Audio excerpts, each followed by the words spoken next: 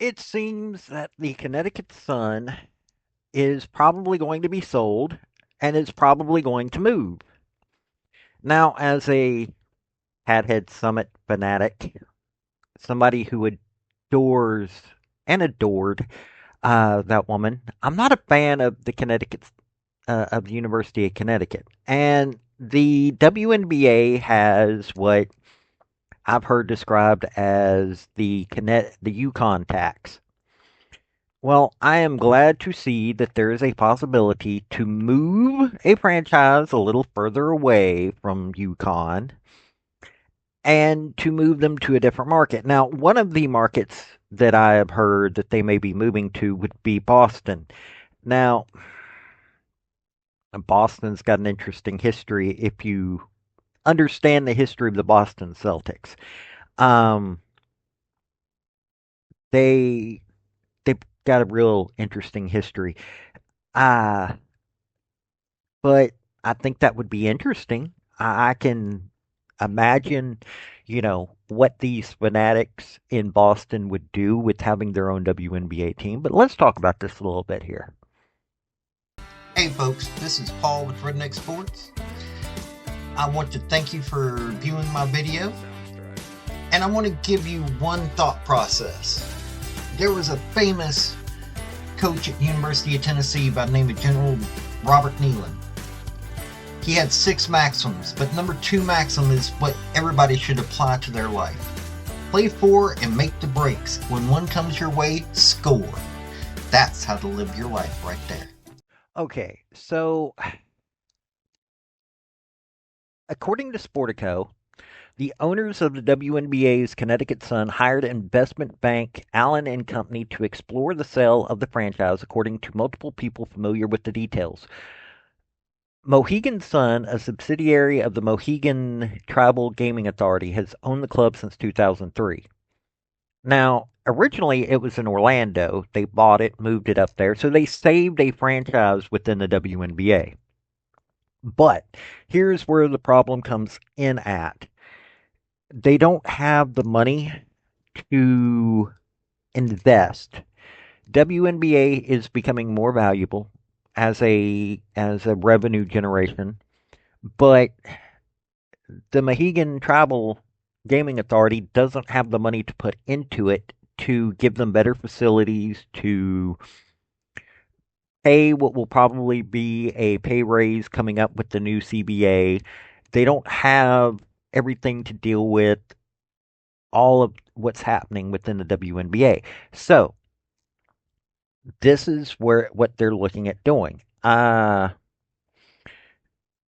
They're talking about that the move arrives as WNBA franchise values have exploded. The Golden State Warriors and Maple Leaf Sport and Entertainment Chairman Larry Tannenbaum were each awarded an expansion franchise for $50 million in 2023 and 2024. The latest round of W expansion is expected to fetch more than $200 million per franchise. And the last team to be sold was the Atlanta Dream, and that was between $7 and $10 million. So you're looking at going from $7 and $10 million for an established team to costing $50 million for an expansion team to create one from the ground up. And now you're saying that these franchises are going to be worth $200 million. But that's also not bringing in the fact that it's costing far more to run these franchises. I mean, you're talking about if you're going to have those franchises that are worth that kind of money, you're going to need to invest in facilities so that your players can train far more. You've got to be able to deal with raises in the salary cap. So the Mohegan tribe is going to have to deal with this. Um, and the Mohegan tribe became the first non NBA owner of a WNBA franchise. Uh, and them being in the Mohegan Sun Arena in Uncasville, Connecticut. I mean, you're talking about these ladies are practicing in high school arenas. It, you've got to make some changes. You've got to invest, and the Mohegan Tribe realizes that they can't do that. That's going to cost them a lot of money.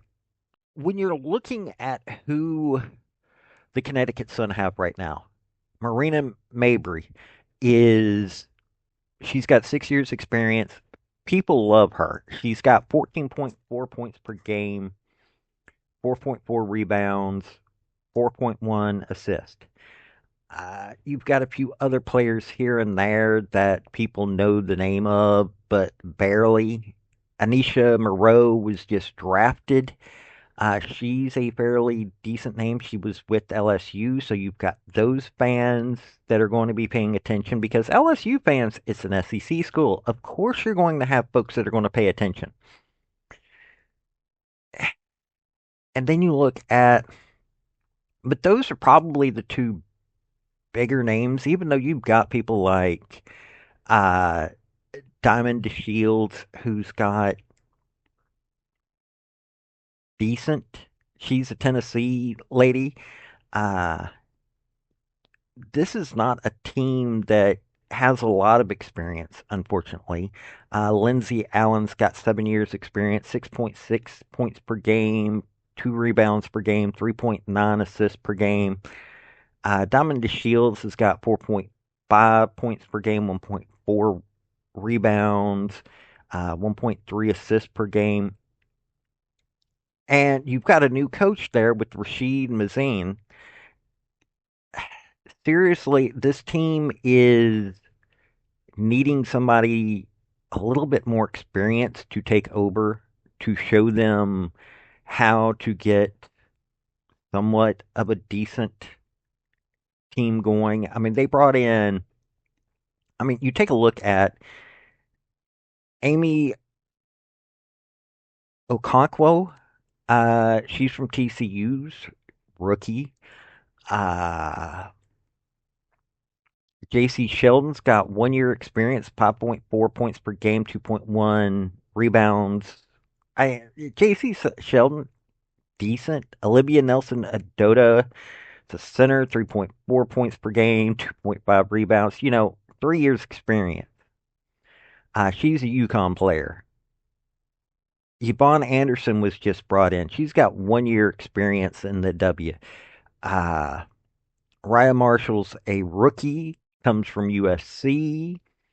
Madison Hayes, rookie, North Carolina State. Bree Hartley's got 9 years experience. She's a UConn player. So, they were bringing in people. Lindsay Allen's from Notre Dame, 6.6 points per game, 2 rebounds per game. She's got 7 years experience. Haley Peters got 3 years experience. She came from Duke. You're looking at this and you're going, can this team be worth it this year? Now, honestly, I don't think that they will be worth it this year. Uh, I hate to say that about the team, but they've been a bottom dweller. Uh, yeah, they beat the Liberty in the preseason game. Storm beat them, and they've got the Mystics coming up. They got the Aces coming up in the regular season. Lynx, Dream. Honestly, this may be what they need to get out of what they're in. So, this has been Paul with Redneck Sports. Y'all have a good day now. Bye. I want to thank you for watching my video.